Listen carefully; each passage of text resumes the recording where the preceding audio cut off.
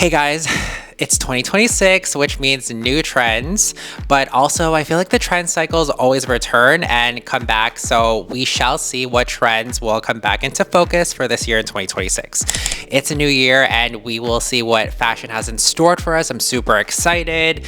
Big things because my eyes are starving for beauty, honey, okay? It's a famine of beauty. It's a famine of beauty, honey.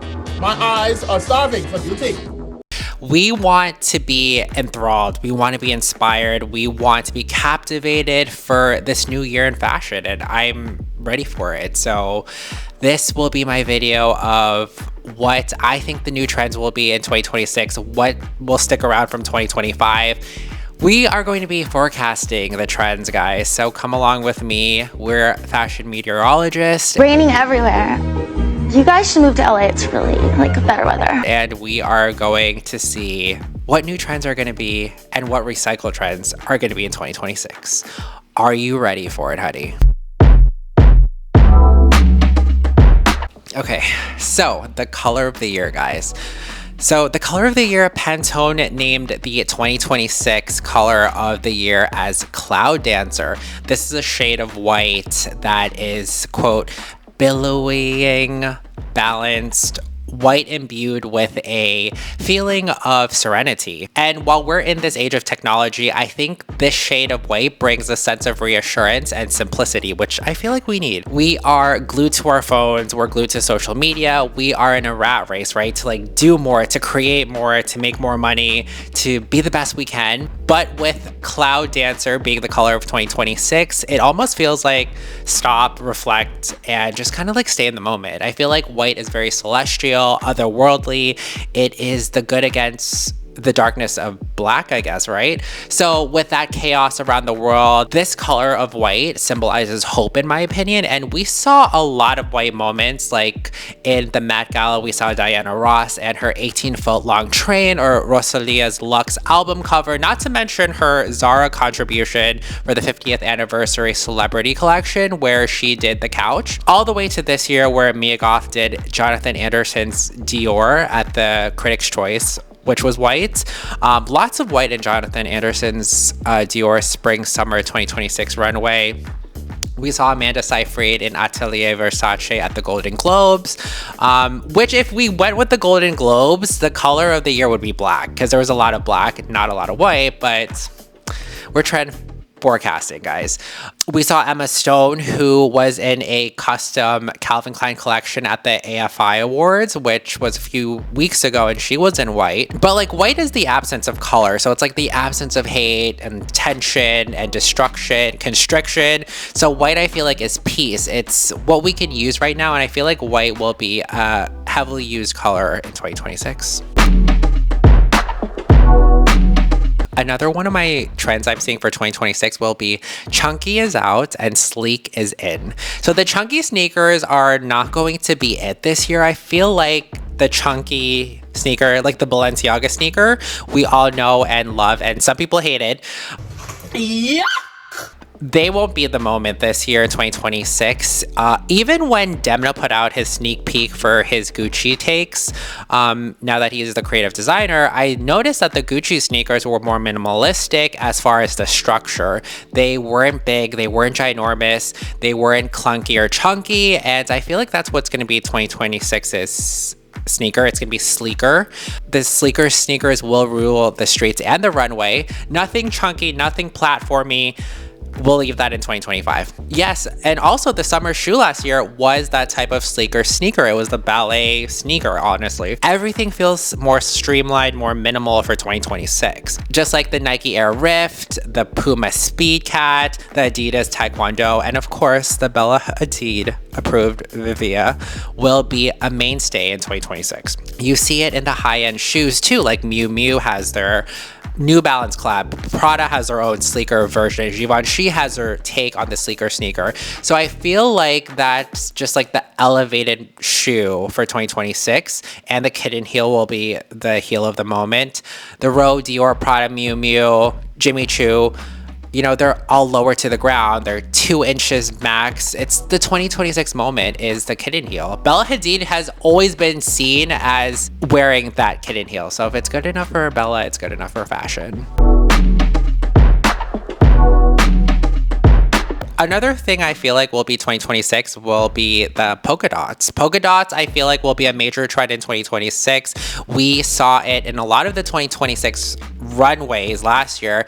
Tibby, Altazora, Kate. You know, polka dots is reminiscent of the past, and it gives that feeling of like nostalgia. So back in the 1940s, 1950s, that's when polka dots were really the rage.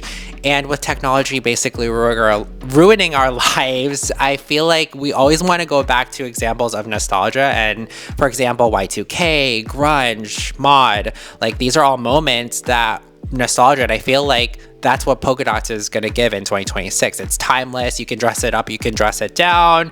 We saw glimmers of it in Olivia Rodrigo with a Michael polka dot short. Hailey Bieber also in her capris. So I feel like that's going to carry into 2026, and black, white, and navy, navy and white, gray and white, cream and white. Nothing too ostentatious with like when it comes to color combination, in my opinion. Another trend that I think will stay, whether you love it or hate it, is athleisure. I think it's here to stay for 2026. However, I feel like the top dog will not start with an A or an L, but it's going to start with a V. I feel like Vuori is going to have a breakthrough moment in athleisure with customers. In 2025, when it came down to revenue breakdown, obviously Lululemon was number one. At $1.1 billion, it still leads athleisure by a huge margin. Lululemon leggings were a huge moment, and people were using their Lululemon bags as lunchbox. It was kind of like the Trader Joe's tote for a while, if you think about it. You know, you would carry your Lululemon lunchbox at the hospital or lunch at school. It was almost like a status symbol in a way. But I feel like Lululemon is the tried and true, but then last year was Aloe's moment, and I feel like Aloe had its moment in the sun while it is trying to close that gap between Lululemon.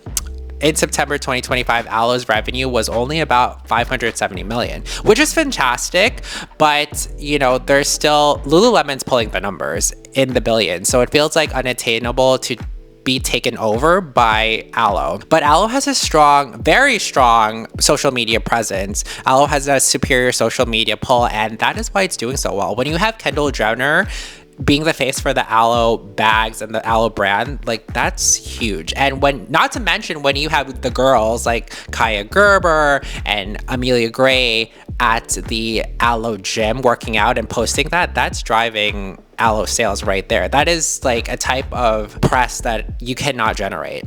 Aloe is cool, it's trending. It was 2025's athleisure brand. However, looking into 2026, it's going to be Vuori's year, in my opinion. Vuori is a company established in 2015 that is rising. It's a star that is rising and did 101 million in revenue. Now, Vuori coming in, their strength is that it is soft, it's comfortable, it's, you know, versatile. That's what makes consumers flock to Vuori, especially with their climate awareness. Vuori puts sustainability at the top of their practices.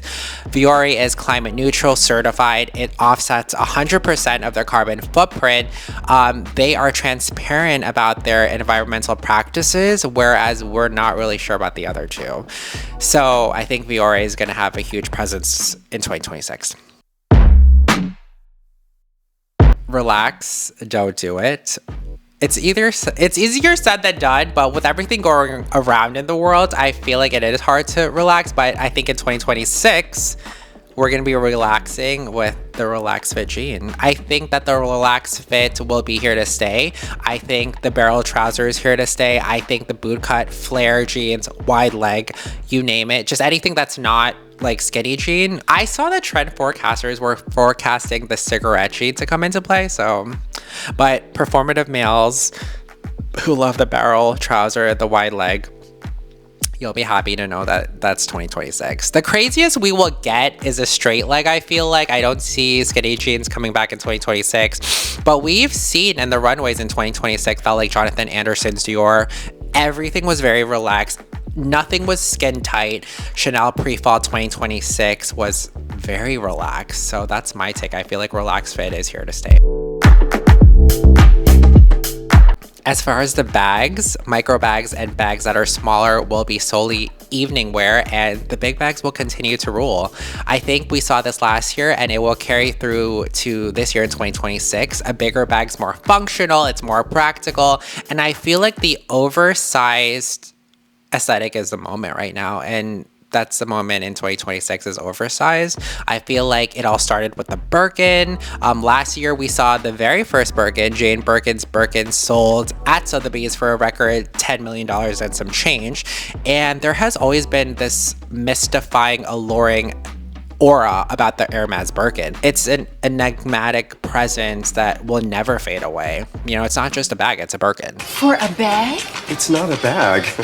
It's a Birkin. And I think that designers caught on, and we saw an explosion of competing designers launch pretty much their own take on the Birkin. We have the Balenciaga Rodeo, you have the Loro Piana, and their Birkin competitor, which is the Loom. You know, Mary-Kate and Ashley are smart business women, and the Row has the infamous Margot. The overall aesthetic is bigger is better right now. You know, you have Hailey Bieber spotted with that extra large Chanel purse from Mathieu Blaze's Chanel collection, also seen on Kylie Jenner. And of course, the guys are in this trend as well. Jacob Elordi's always looking around his oversized Bottega Veneta, as well as, you know, Pedro Pascal, when he's traveling, he has an oversized Bottega Veneta. So I personally feel like the Andiamo bag is my favorite, and the Prada belt bag is my favorite as well, but I hope my boyfriend is watching. So the big bags are here to stay, and I get the appeal. You just dump everything in your bag and call it a day. You know, no one has time for a small bag right now. Okay guys, so that's all I have for you today. That's my trend forecast for the year 2026. Was there anything you felt like I missed? Anything you feel like you never want to see again? Anything you wish would come back? I know a lot of people wish skinny jeans would come back. I'm sure skinny jeans will come back next year, or like the year after. Like, everything recycles, everything comes back. So don't ever throw away your old clothes. Like, I made a mistake of that, and I look back and I'm like, damn, like, why did I donate that? Like, why did I give that away? Because now it's back. Like, all my Von Dutch hats are gone, and I only kept one of them, and my baggy jeans, like, why did I donate them? Just think about what you're donating, because honestly, we donate so much to like Goodwill and everywhere else that they just end up in the dumpster or third world countries. So you might as well just save it or upsell. What is it called? Cycle it? Is that what it's called? But anyway, this is George, your favorite registered nurse, travel trotter, fashion fiend, and foodie, and I'll see you on the next one. Bye.